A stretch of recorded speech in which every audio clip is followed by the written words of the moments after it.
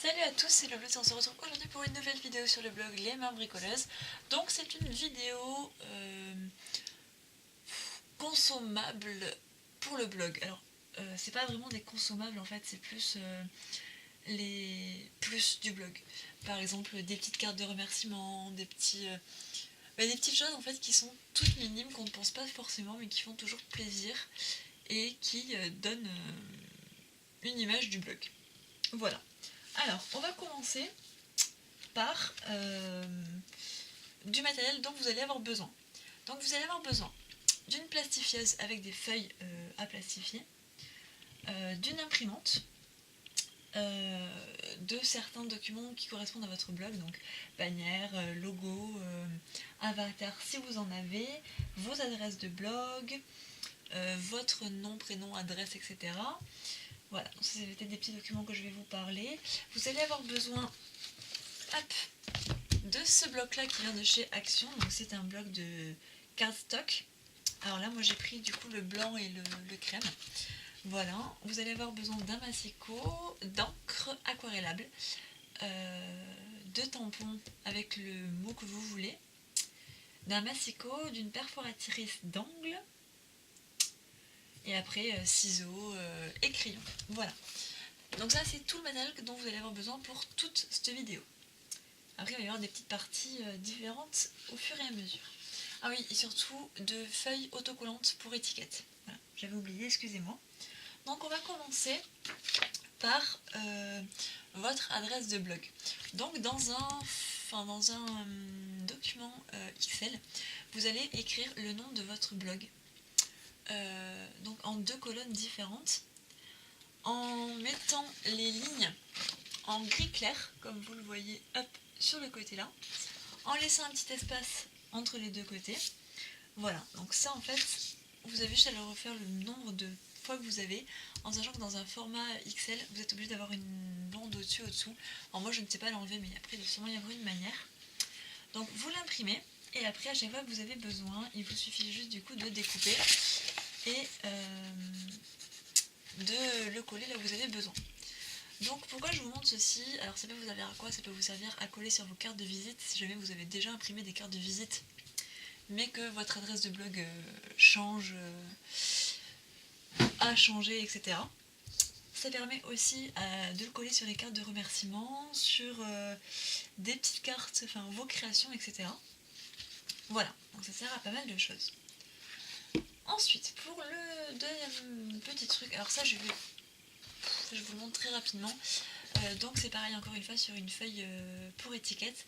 J'ai réalisé plusieurs, là du coup il y en a 1, 2, 3, 5 colonnes avec mon nom, prénom, adresse qui me sert du coup à coller derrière les enveloppes. Ça fait beaucoup plus propre que si c'est vous qui les écrivez, surtout si vous avez une écriture un petit peu de chat comme moi. Donc voilà, ça fait plus propre, plus joli. Après si vous voulez le décorer, rien ne vous empêche.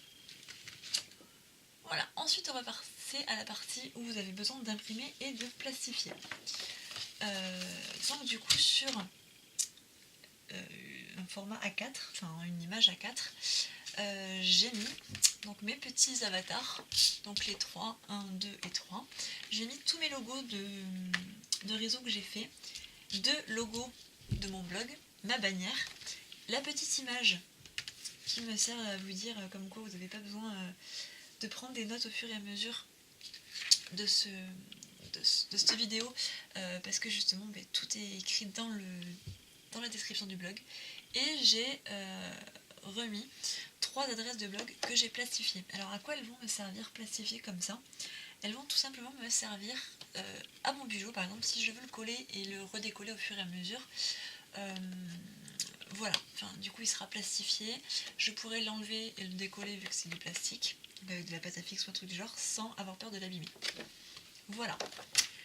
Alors, à quoi vont me servir le reste?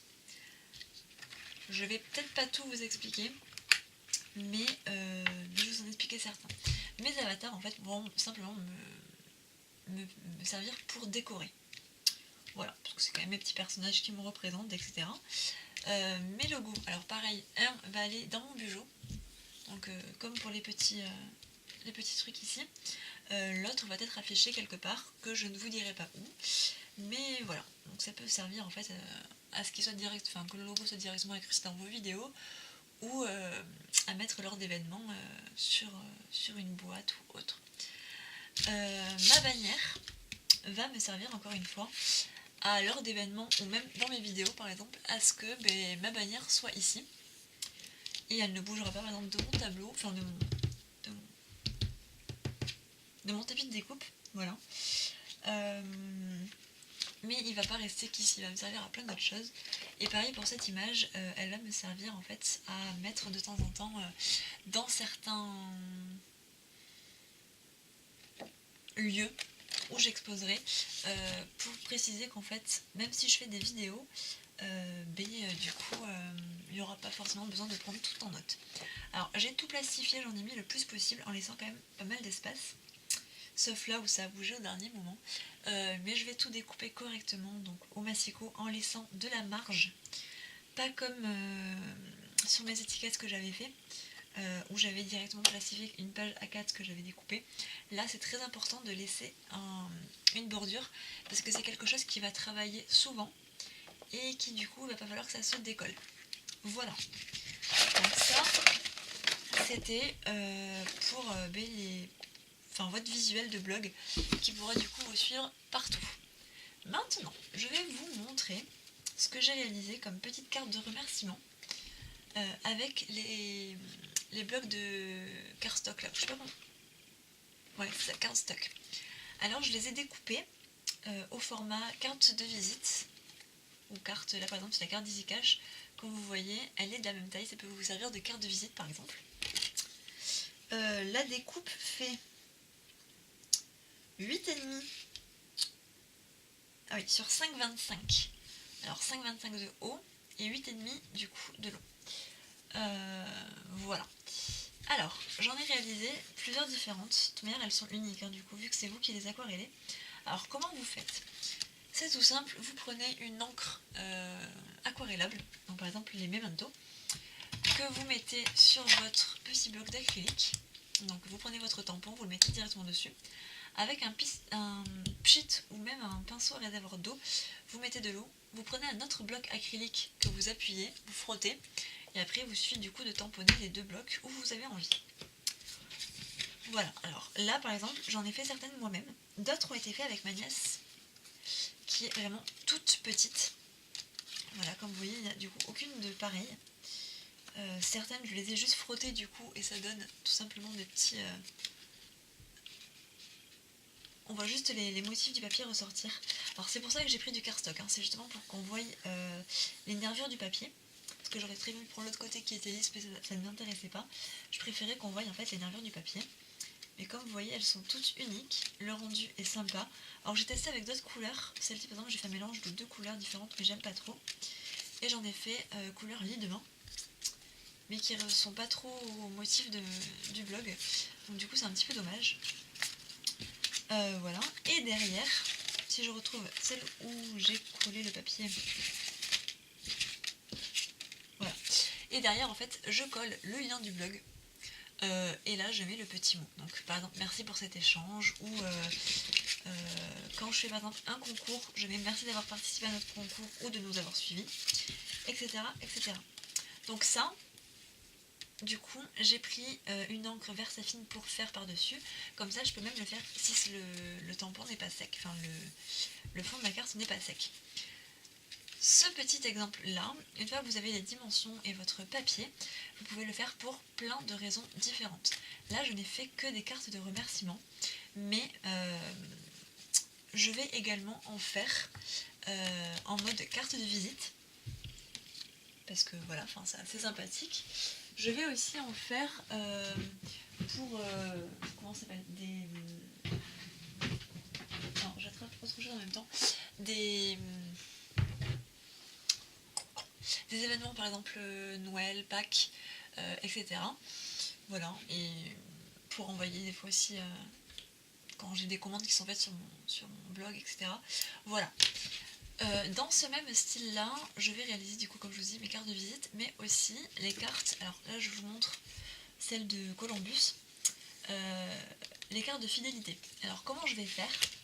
Je vais tout simplement prendre, alors là j'ai pas le bon tampon à côté de moi, mais un tampon qui me fait des cases, donc un tampon calendrier ou un tampon checklist que je n'ai pas mis à côté de moi, et qui va du coup me servir à cocher à chaque fois qu'un atelier a été fait ou autre, ce qui va permettre d'avoir une carte de fidélité. Ça, je vous en mettrai d'autres quand je ferai mes cartes de visite et cartes de fidélité, parce que je ne vais pas faire que ce style-là de cartes. Il va y avoir des cartes, des cartes de membres et des cartes d'objectifs.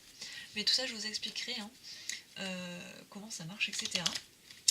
Donc voilà les cartes de remerciement. Je vais vous montrer une autre petite création que j'ai faite. Alors cette fois-ci, elle n'est pas aux couleurs du blog, mais c'est dans le même style. Hop. Donc ce sont des marque-pages.